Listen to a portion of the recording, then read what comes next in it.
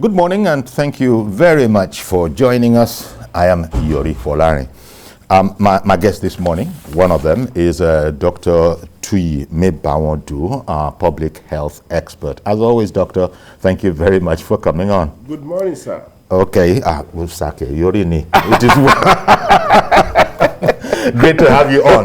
Great to have you on. Anytime, sir. Now, Omicron, quite frankly, I don't know if people aren't confused about Omicron because on the one hand, when it first showed its face to news media, it was supposed to be, this is trouble. Then later on we hear that, not really. It seems as if, whereas it might be more, what is the proper way to express it? It might be more catching. Transmissible. More easily transmissible. Yes. But then it's little more than, a regular or maybe even a bad case of flu, and so on and so forth. And you're saying this, especially to our public here, that we've been very, very conscientious about everything doctors have been telling us about COVID-19 and how to take care of ourselves in the middle of that pandemic. Now it seems that fatigue might well be setting in if people don't take care. The naysayers are really making a whole meal out of this, as you can imagine. Doctor, so Omicron, no illness is good, but is Omicron as bad, as dangerous as was initially thought? Thank you. We have not seen sufficient evidence to point to the fact that it is equally as dangerous as Delta. As Delta, okay, or even better. The point is that if you look at germs, the theory is that a germ that is very virulent, that kills a lot of people within a short period, will tire out. Yes, okay. Easily. But most of the germs that tend to sustain and last for longer times are the ones that can actually cause little illness, be transmitted from one person to another. And the germ in a way needs somebody who can walk from one place to another, will have little illness, transmit itself, and perpetuate itself. Now, quite a lot of the lineage, ancestral lineage of the COVID, SARS-CoV-2, are actually, quite a number of them are like that. At least we have 4 that are causing, common flu and all those that we take the current jab for. So the question is that, is COVID-19 actually getting to that level with this Omicron mutant? Yes, easily transmissible. Secondly, it's not causing a lot of, for now, it's not causing that kind of illness. Yes, that require hospitalization or lockdown that we are looking at. Are we getting a new level of mutation that's easily transmissible, mild illness, allow you to walk around, and then get transmitted to another person? In a way, the virus, that's the virus own of eternity and heaven. So when you get to that point where it's just called mild disease, it's just be there and become endemic, like it's very much like the common cold. Yes, I understand that the common cold that everybody knows about. They are family. They come from the same ancestral lineage. So it could be, because if it gets to that point, then we now understand that, well, it's not, because any germs that kill people fast will tire out. The germ intention is not to kill the host, because once you kill the host, then you can't jump to another person. So intention is just make the host sick, let the host be able to walk around and transmit the germ to another. So we're looking at this Omicron. Is that the reality we're facing now? Yeah, if this is the reality, then the dynamics of addressing it from the perspective of public health will change. It becomes endemic. It becomes something that you take a shot for regularly, and it becomes something that you just screen for and allow other people to go about their work, because it is now a mildness. We sincerely pray that is what we're getting. Perhaps germs themselves want to live forever on Earth, so wherever they are. So Omicron is trying to achieve that in a way. And part of the frustration is that, although some scientists have been saying it in earlier variants of COVID-19, but upon the arrival of Omicron, scientists almost like in droves are saying, we simply don't know. We're working at it as we go along. No scientist can come and tell you that he knows how current medication will react given the scenario that we have. Now, those to the ordinary person who just looks to experts for his own pathway, this can be very, very confusing. Well, listen, scientific communication could appear like that, but that is the truth. That is because now you must be able to see, we're watching. This is what we know so far. If another information comes out, you know. Let's thank South Africa and UK. As far back as April 2020, they set up, a national, genomic sequencing system. In South Africa, it's like a lot of coalition of laboratory that then tend to do this genomic sequencing. Yeah, the original one that came from the ancestral lineage in China, the first mutation we saw was in UK, when we saw the alpha variants. The beta was seen in South Africa, the delta in India. So these people have a really robust laboratory, especially UK and South Africa, to look and then watch out for the next sequence, for the next mutant, and let the world know that what we are now seeing is this mutation. This is the thing you can do to actually deal with those mutant strains. So let's thank them for that. Now the point is this: there's a huge issue in trying to deliver and communicate this virus to people. Now we saw the reaction of the world to this Omicron. It's a virus of concern. It's a virus of concern. It's a variant of concern. It's not a variant of panic. Okay. Yeah, but what we did exactly is to really translate a variant of concern to a variant of panic. Oh, okay. And that, mess up the whole reaction to the virus.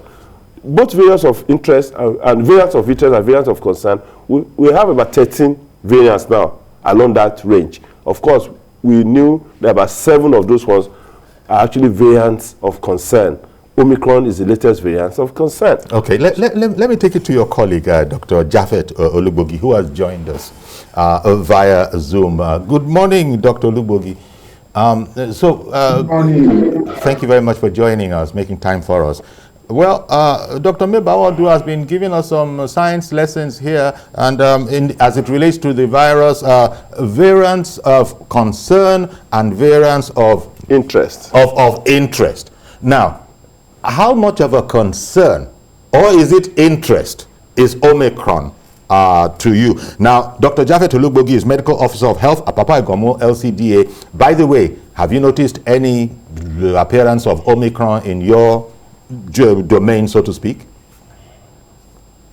Yes, thank you very much once again for having me on the show, and kudos to Dr. Mebawadu. Well, the Omicron is still too early to say, but when the Omicron came around, when it was discovered in South Africa, it had over 32 mutations on its spike proteins, and that's a first variant of COVID-19 virus that would have that kind of rapid and high number of mutations like that. So everybody was panicking, and WHO tagged it variant of concern. Now, variant of concern in the sense that they feel that particular variant Omicron is capable of causing a lot of havoc that is yet to be seen by other variants like the Delta variant and the other variants that we had encountered. So that was why it was tagged a variant of concern. Now, a variant of interest, it's when we have a new variant and we are showing interest in it to see what this variant is likely to bring on the table in terms of mortality or morbidity. So if you have a virus that is mutating rapidly and showing a lot of mutations and variations and non-conforming attitude or dispositions, you would be greatly concerned because you don't know how or when it will play out and how it will affect the healthcare system in terms of mortality and morbidity. So that was why it was tagged a variant of concern. Now, reports numerous reports are saying that the cases of Omicron that have been founded are a bit milder than we all had thought. Now, it is still too early to conclude that this it's a general acceptable condition or terminology for this Omicron, because like we have seen with this virus, tomorrow it can spring up another surprise. In some particular population, the presentation may be different. The way the virus will attack them may be different. So it's still too early to make conclusions, but we are gathering that the Omicron variant may not be as deadly as it was reported at the beginning. Okay. Now, coming back to Doctor, I've got to interrupt you there. Forgive me for doing so, but I've got to go off on a break. But as soon as we come back, we'll continue with this. Thank you very much. Stay with us, please. We'll be right back. Okay, welcome back. And we're sort of, we're grappling with Omicron, the Omicron variant of COVID-19. We'll also, if we have the time, we'll also come to some of the travel ban on Nigeria that has caused something of a furore. But the Lagos State governor, one of the governors, that's been taking a center forward position in combating this virus since it showed up on our scenes. Well, he put out an advisory, that is to say, well, I don't know if I should call it an advisory, but it is, a press statement that was issued by Governor Babajide Sanwo-Olu, especially as we approach the festive times, and that's when Nigerians like to gather up and down the country, and Lagos certainly not the least of them. And so efforts to sort of contain this situation, and then I'll come and ask you, doctors, how well you think that's going to really help, considering that the citizens of maybe not just Lagos, Nigerians generally don't like, for instance, some of the things, where possible, I'm just with the first three that I read here, where possible, events should be held outdoors. That's the first one. Occupancy limit of any event must not exceed 60% of the capacity of the event center. So if it's 100, you can't have more than 60 people there. If it's 1,000, you can't have more than, you know how it works, 600 people there. Occupancy limit, every attendee of a social gathering must, and they put that in capitals, every attendee of a social gathering must present their vaccination cards or digital barcode page showing at least first dose, but preferably double dose full vaccination. That's only 3 of them, and there are quite a number of other ones. For instance, in unvaccinated people, a negative PCR within 72 hours will be an exemption. Now, you get the direction of the governor. Yes, very well. It's bold. Let's commend such bold initiative. For this to be effective, I normally expect that this such guideline be extended nearly to the whole of the country. You know why I say this? Because at the end of the day, if you put those kind of guideline, unless people adhere to it in Lagos, and then it's not adhered to in Oyo State, Ogun State, and Osun State, and Ondo State, those guys will go pick the virus from whatever conventions and parties they're doing, or whatever spiritual ceremony or religious ceremony they're doing. They will come back to Lagos and spread the virus. Where in the markets, in the shopping malls, and in the garages. So now, these are obstacles to effectiveness of such curtailing measures. The other challenge is this. Now, whatever anybody says, whether you are anti-vaxxers, whether you are completely theorists, vaccines work. Vaccines work. Now, Lagos is driving to achieve at least 40% vaccination this December. But where are the vaccines?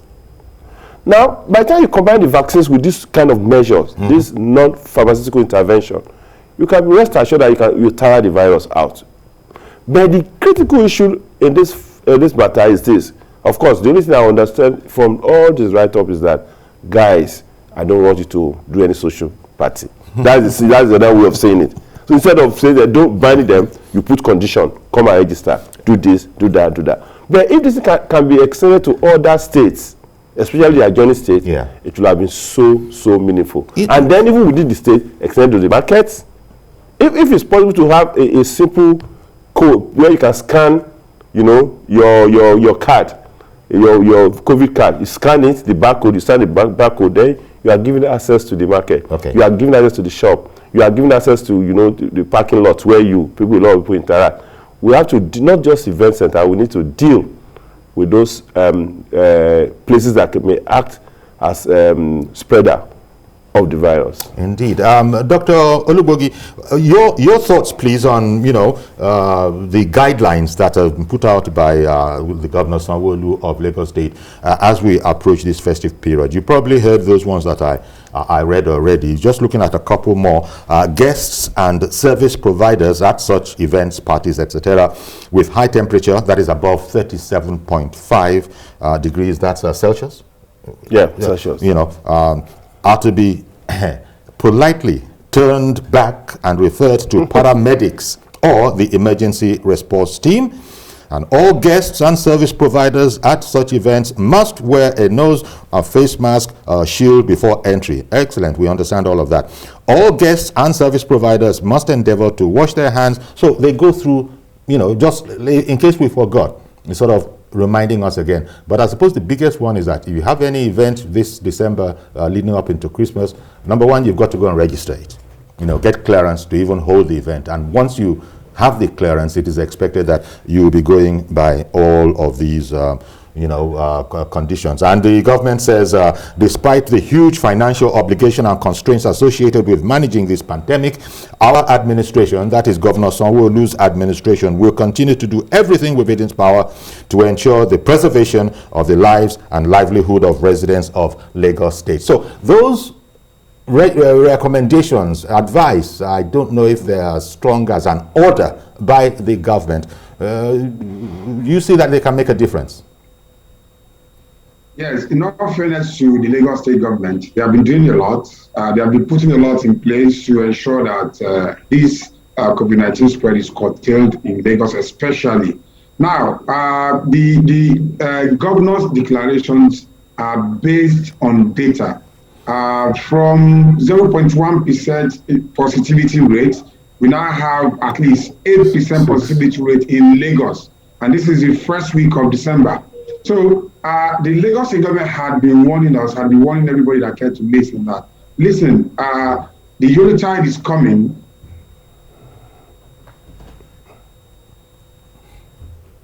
Okay, it froze for a moment there, but as he was saying, Lagos State advising that this Yuletide season that's approaching, they effectively, I don't know that was what he was going to say, they effectively spreader events if you're not careful. Super spreader events. In fact, super spreader. Okay, Dr. Olubogi, I hear you're back. Yes, please continue. Can you hear me now? Yes, like I was saying, the Yuletide is the period where people gather a lot, where people hold events a lot, where people attend parties a lot. So you tend to see a lot more people getting positive cases.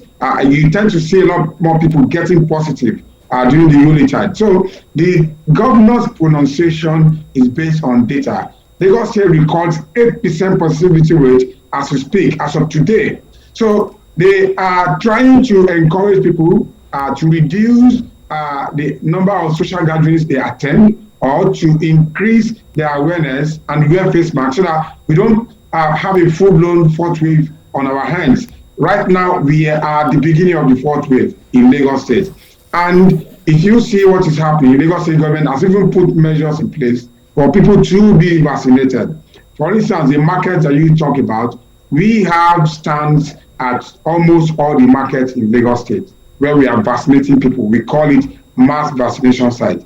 We also have mobile teams that are going around markets, busy streets, busy bus stops, busy areas to vaccinate people. Yes, we may not have enough vaccines, we may not have Moderna to give people their second jabs, but for those who have not even had any vaccines at all, there are vaccines available to vaccinate them. All they need to do is just approach one of these vaccination centers and get their jabs. Let me stay with you, Doctor. I beg your pardon. I got to interrupt you, Doctor.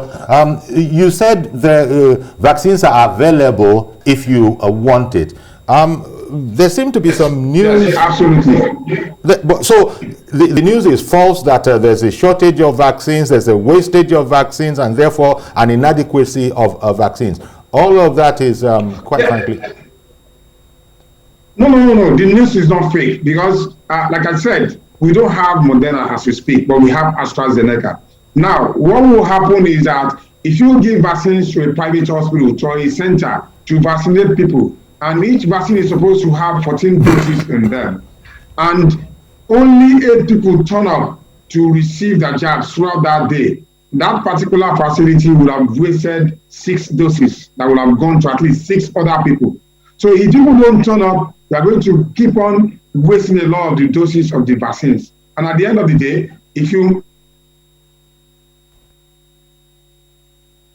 Dr. Mepaudu, this matter of vaccine wastage, as the doctors just explained, because some of those vaccines have very, very short life and very, very stringent storage. 6 doses lost here, 2 doses lost there, 1 dose. That is not entirely people are not turning up as we expect. Everybody is turning up as we expect them to turn up.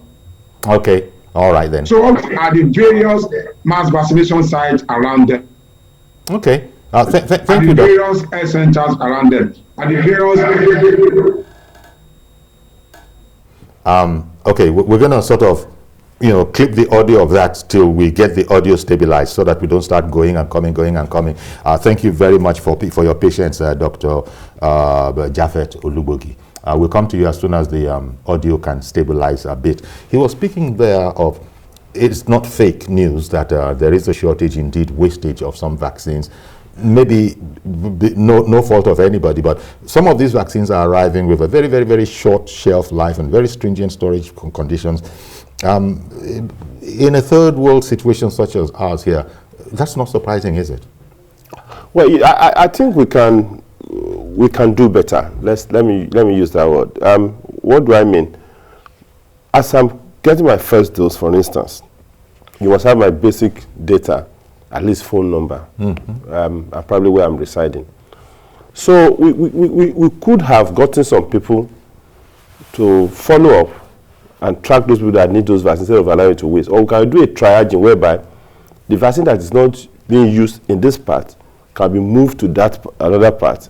We can then where we can maximize. Then if those people, after my triage, you can then move some other one back here. So that's a heck of a no, it's not.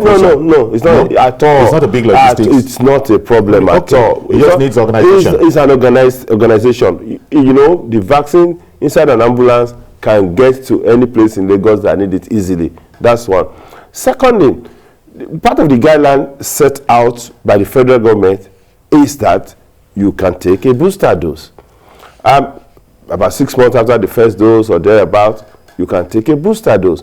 That puts another strain on the vaccine requirement and vaccine needs. Here we are, Nigeria has done just about 10.9 million doses.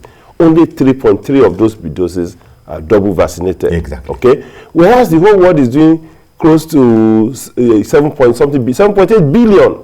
7.8 billion. Nigeria did just 10.9 million doses. Now, if we say there's vaccine available, I keep wondering, where is the vaccine coming from? We know the stock that we got in March, 4 million. We know the one that we got in August. We know that AU purchased another 29.9 million of Johnson & Johnson single dose, vaccine. So, and then we know the population of Nigeria. We know that of Lagos. Lagos is ambitiously looking for 40% of their population, 8 million. In fact, 8 million doses of vaccines that will take care of 4 million people. The question is that I ask, unless there are things that we're not understanding in terms of movement of vaccines into the country, the big deal is this: yes, vaccines work. Even if it's one dose, it works. But as we may not be able to get those requested doses of vaccine until first, second quarter of next year, let us push this kind of measures that the governor had said that guys, come and take permission if you want to do events. You have to do this. You have to do that. Separate yourself. If you must attend, it's like it's stopping short of yes, don't gather together. Exactly, that's another way of saying it. For me, my major concern will be that the political leadership, the people, the big men, so to say, who say, who are you? You cannot stop me from doing this now, and who put a phone call through and violate. Okay, that is so that compliance is the big that's question. My own word. I don't know if Dr. Dr. Olubogi is available yet. We're monitoring the audio situation. Are we good? Can you hear us? Yes, I can hear you loud and clear. Okay. Dr.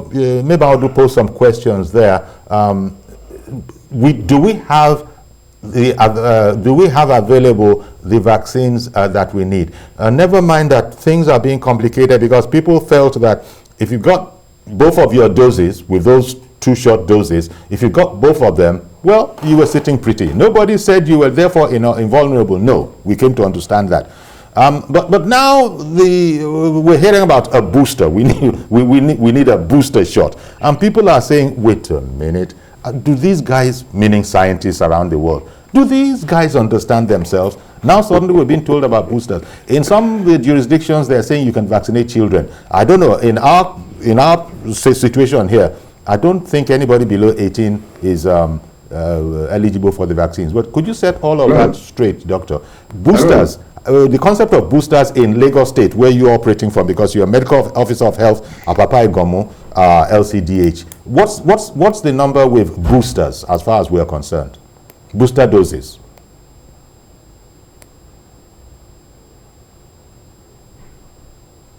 It froze again. Maybe you can take that for me.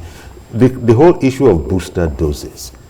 We can't be talking of boosters, for instance, in Nigeria. For me, that's what they're talking about around the world. No, yes, let them talk about around the world. First of all, let us have sufficient 40% vaccination in the country. Let's do that first. Yes, before we start looking at boosters. Okay, because boosters apply to those who have complete dose. We have not gotten. Nigeria is 3%, less than 3% vaccination. 3%. That is Nigeria. Yeah, the whole of the country. But Lagos is about 2.9. Where are we? 2.9. We're not even up to 4%. So what we're trying to do, Lagos is trying to push for 40%. Let us face that first. Let's get to that level of those vaccination. Then we can now start thinking of booster dose. So we know the critical thing we need to do right is to actually figure out how to deepen vaccination. Available of the vaccine, delivering the kind of information that will help people to embrace vaccination, and then encouraging the religious institutions and a lot of traditional institutions to be part and parcel of this. To sign up to it. You cannot be because they are going to be organizing massive events. You cannot be holding everything. Okay, wait a minute. There are many churches along Lagos-Ibadan Expressway. A lot of them are doing convention, this and that and this. They are moving from Lagos.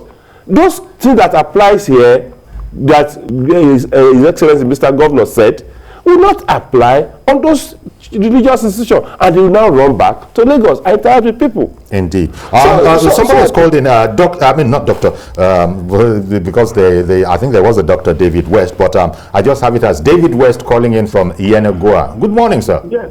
Good morning. Good morning. Go ahead, please. My very brief. I want to advise us Nigerians, whatever the measures that have been put in place by the government, for us to abide by it, we should so do. Then, as government too, they should also take very serious to also make, available the vaccines for us. Okay. It is also my worry that... Well, the communication lines are doing us something funny today. Let me just check. Is Dr. Olubogi with us still? Well, there seems to be still something of a problem there. But thank you very much, David West, calling in from Yenagoa. Say, take very seriously all the advice of government and think, take very seriously the advice of the government. And it's an important sort of advice because I talked about COVID fatigue, maybe even guideline fatigue, and Lagosians. I can only speak to where I am resident and can see the attitude of those around me. I'm afraid a lot of Lagosians are saying, don't make a mountain out of an anthill. It's not that bad. But That's not the conventional wisdom. It should be taken seriously, and Governor Sanwo-Olu has put this out at this time because this is a very, very active time, festive, leading up to all sorts of festivities. And so he's gone and given advisories that events should be held outdoors where preferably outdoors. And every attendee of a social gathering must present their vaccination cards or digital barcode page showing at least first dose, but preferably double dose full vaccination. I'd like to really see that one being, handled as the governor wishes. So many things, we don't give it the full value. Take it as a life and death situation. That's the biggest worry. David West spoke against that. Said, don't please have that attitude. Continue to take it as seriously as a sensible, quite frankly. Yeah, because you see, I agree that there's what we call the fatigue of the general population. We're tired. It's becoming a tired repeat. And it does seem that sometimes there are contradictory revelations. They're not contradictory. The thing is that the virus is not tired. Okay. The virus is very, very active. If the virus is not tired, why are you getting tired? And scientists have to keep chasing we have to actually tire this virus out by observing those social distances, taking your vaccines, washing your hands. Because sincerely, you were better. What the vaccine does is that, yes, it may not prevent a reinfection, but it prevents severe illnesses. And that is what we are running away from. Okay? Let me try Dr. Olubogi. Dr. Olubogi, are you still there? Dr. Olubogi? Well, Ada in Jos, meanwhile, has called in. Good morning, Ada. Good morning. Good morning to your guest. Dr. Mida, good morning. From Jos. Yes. From the present development with the new Omicron variant, it seems we are going to see more mutations of this virus. The Greek alphabet goes up to all the way up to Omega. That's what I'm saying. So we are going to see more of it the way things are going. So it shouldn't be a surprise. So I think we should not even be concerned with us with how many mutations we are going to have. Make sure we don't drop our guards, and then try to balance life and livelihood, because nobody can afford to shut down any place again. There's fatigue now. Nobody would even want to do that. So we should be proactive. Then I learned that they provided mobile this thing for isolating people. They are taking it to churches, mosques, and the rest of them. So let's keep that tempo.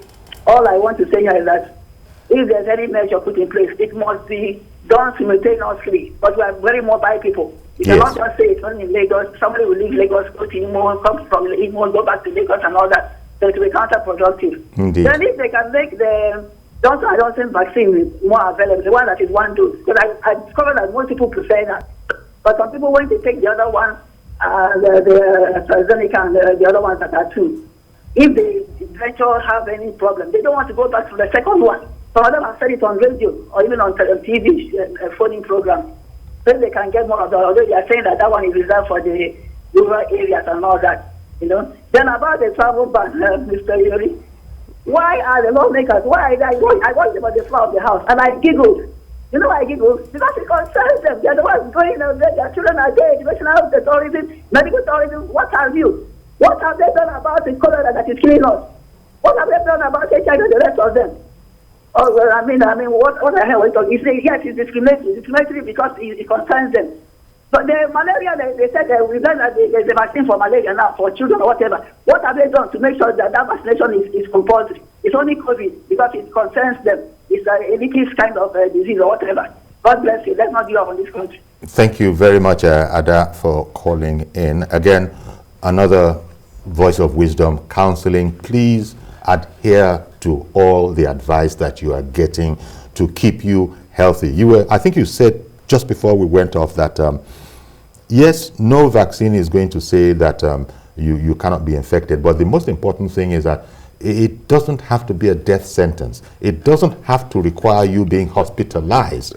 Exactly. If you look at the pathway of pandemics, normally when the germ first come, it's like aggressive. We're confused. We're trying to figure out how it is. At a point in time, the germs then get to a level of stability, where, you know, it doesn't kill you easily like that. It doesn't go away. And then you adjust with it in a kind of, you know, symbiotic, in quote, relation. I'm sure that's the pattern of all viruses. So it behoves us to just really wait. You just wait for that time, you know, because once we give the gap, we need human beings to transmit the virus. And I brought up a point that you mentioned earlier yourself, that how you would have wished for this to be done simultaneously across the country. Exactly, exactly. Because you were making, you were giving examples. Ada said the same thing. Look, we're very highly mobile. If, you know, people could come from elsewhere, you know, that where the measures that Sanwo-Olu has put out there, maybe it's not as careful. I don't want to use the word stringent, because these are just regular, ordinary things. And then what is also important is that let us be careful or be mindful of the fact that if you're going to put those kind of measures, Lagos is not just Lagos Island. It's not just Ikeja or Ikoyi or Lekki. There are rural fringes to Lagos, and then you have to monitor those areas. I had a commissioner here, I think about 2 days ago, who wasn't too happy with the word rural in relation to Lagos. I said, it's okay, all right. I know rural Lagos. I can tell you, I know rural Lagos. Villages, more than 140.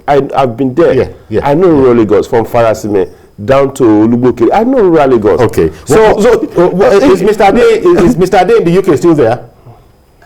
Mr. Ade in the UK. Good morning. My greeting to the two doctors in the studio. Good morning. Good morning. Yes, my comment is that, like I heard, also advise my fellow Nigerians to please take the vaccine. It's very, very important and very, very serious. I've taken my booster now, so another full booster number 4 will happen next year. So let my people take the vaccine. There is no alternative. Okay, so Mr.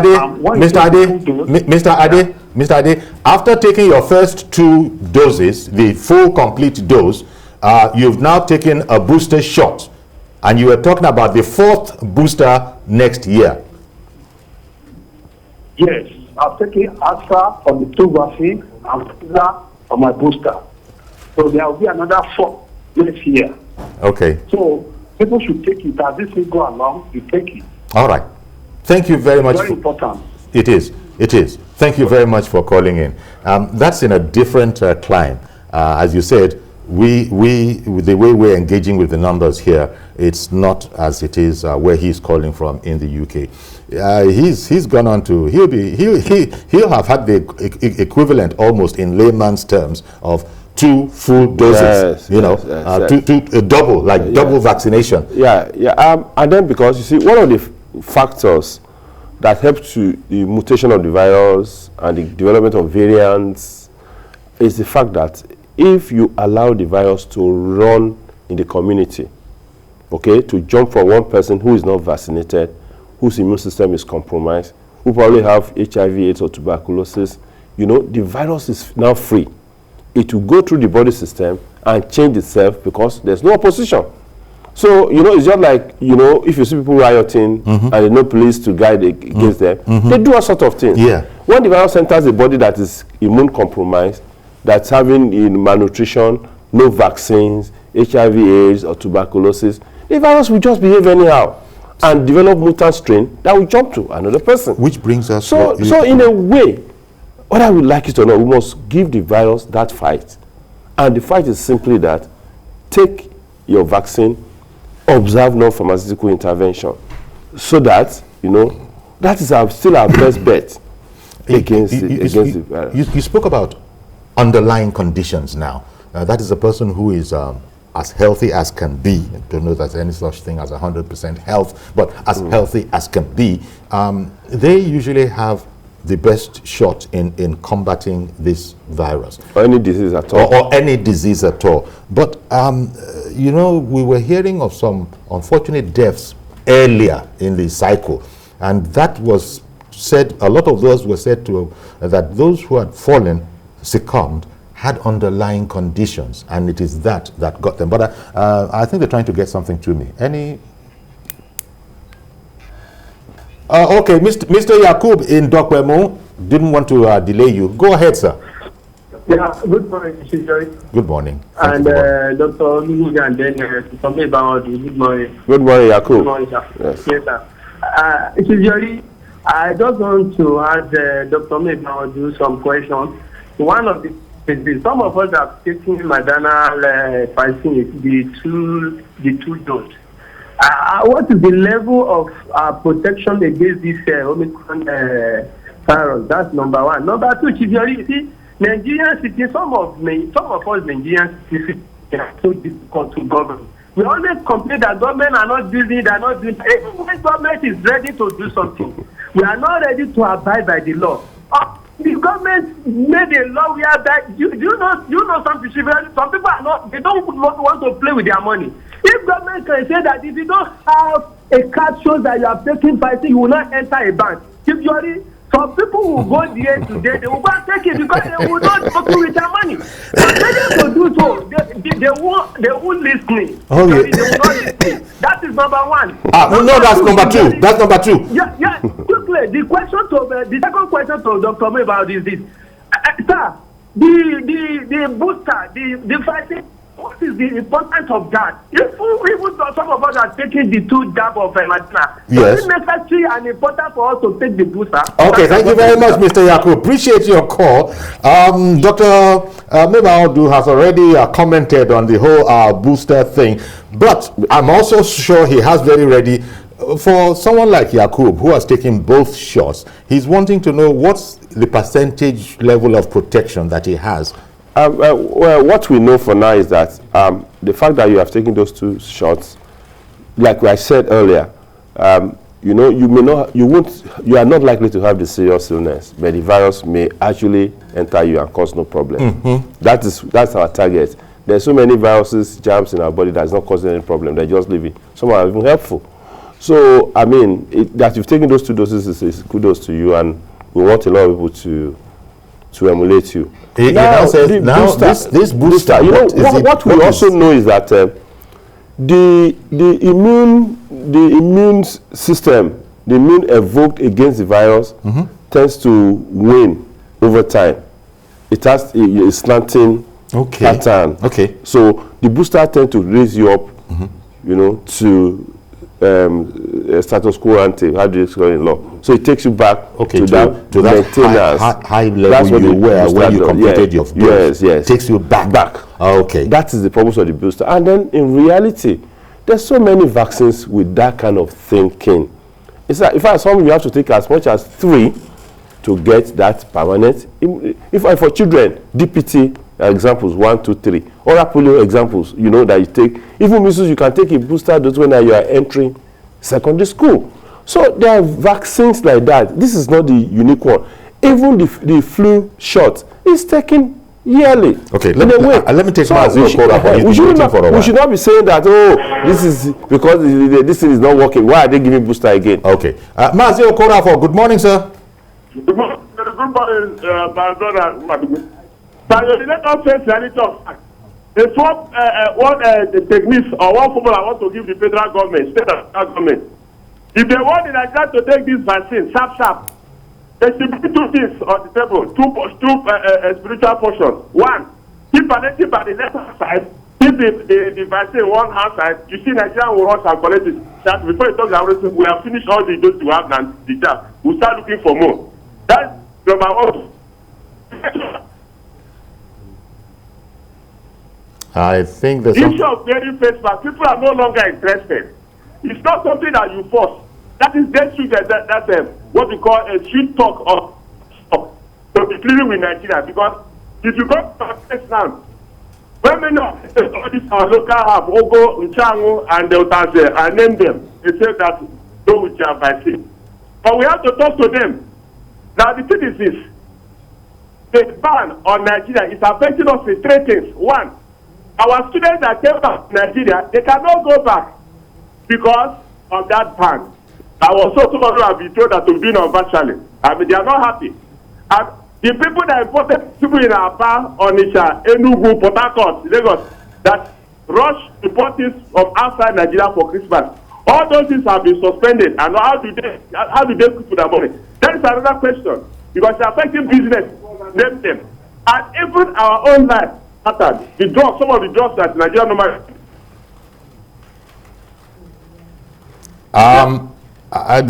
The line is sort of, thank you very much. We got most of what you said, and we'll have to work with that. Now, we can shift a bit in our conversation, because he went to travel, which is very, very important. Now, it's been the travel ban against, and that Nigeria is included in that travel ban, has been called outrightly racist.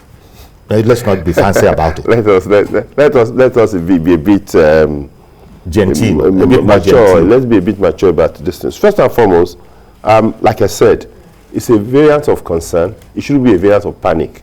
I agree that there's panicking measures, okay, at the level of those people that choose to ban some states. When a new variant is coming, you don't know what you are getting. So you tend to be quite a bit aggressive, because it's having political backlash to them at home. People are rioting, they are having lockdown, there are all sorts of things that are happening. So again, if you see them act that way, you won't want to say, okay, why are they acting that way? Because they acted based on panic.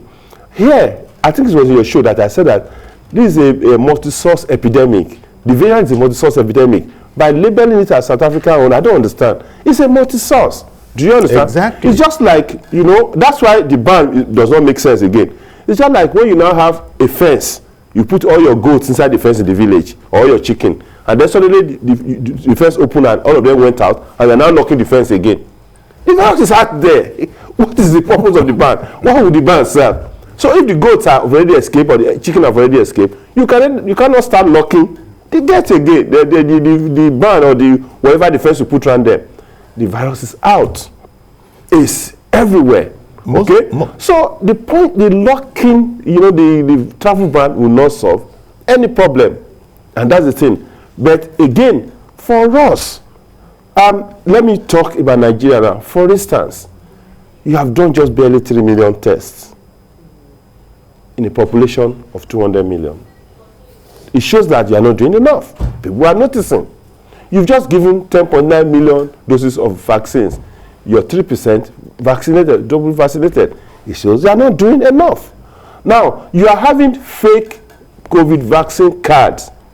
Okay? Some people don't even vaccinate at all. It shows that you are not monitoring this thing well. Yes. Those are the things that we actually look at it, that these people are not doing sufficient intervention in terms of dealing with the dynamics of preventing the spread of this disease. Let them stay for where we look at method, of doing it. But those people that are making noise and talking, tell them we have a lot of things here. Human resources for health is suffering. Fund for health is suffering. We're having an epidemic running around here. Let us make noise about those ones. Yes, you can make noise about the fact that you need to go abroad. But for me, I'm looking at this dynamics, I don't even interested in going abroad. If you want to see America, tune to CNN now, you see America. Go to Sky, you see Britain now. What the heck are you going to do? That is so composite that it has to be a fight. Yeah. In an emergency I don't understand. And that's a very, very unfortunate fact that I think the authorities in the UK have discovered that vaccines certificates, some vaccine certificates, entirely fake. Just even fake. In our airports, fake. So this is a problem. How do I trust you? Because again, public health is based on trust and collaboration. But and that was the issue they had with China, because China was not telling us on time that there's a virus killing people until that ophthalmologist that died. Yes. You understand? And that's why I give kudos to South Africa, who said, look, guys, there's a variance on ground. So if they had hidden it, it would be a problem. They mentioned it quickly. For us in Nigeria, and let us raise the level of trust. As you know, there were complaints that, look at, South Africa did excellent, and now we are being punished, so to speak. And I said, what you said is because of a panic. Panic is not a virus of. It's not a variant of panic. It's a variant of concern. Concern and panics are different things. Well, and right away, people are now realizing that the panic is becoming unnecessary. So again, but when we sit down here and start making noise about another person's country, why we have to go there, why you must go there, why it's compulsory, why they have to, for what now? Well, can you just jump into my house if I don't want you? Okay, well, we're going to have to leave it here, you know, just as it were, touching base a bit with the Omicron virus and its effects. Governor Sanwo-Olu putting out, among other things, yesterday, guidelines for social events and gatherings during the festive period. You can go check them out yourselves at lagosstate.gov.ng. If you were to go to that, their portal, lagosstate.gov.ng, you see all of Governor Sanwo-Olu's, the full press briefing that he had done. All aimed at keeping Nigerians safe, quite frankly. Yeah, Lagosians, but by extension, as we've heard, until all of Nigeria is safe, nowhere is actually safe, is the point that scientists are making. Indeed. I want to thank you very much, Dr. Tui Mebaondu, public health expert, and also our thanks to Dr. Jafet Olubogi, Medical Officer of Health, Apapa Igomo, LCDA. We engaged with him as well, and we thank you for it, but then the lines were not all that they could be. So see you tomorrow, God willing, with a fresh edition. I am Iyori Folani. Bye-bye for now.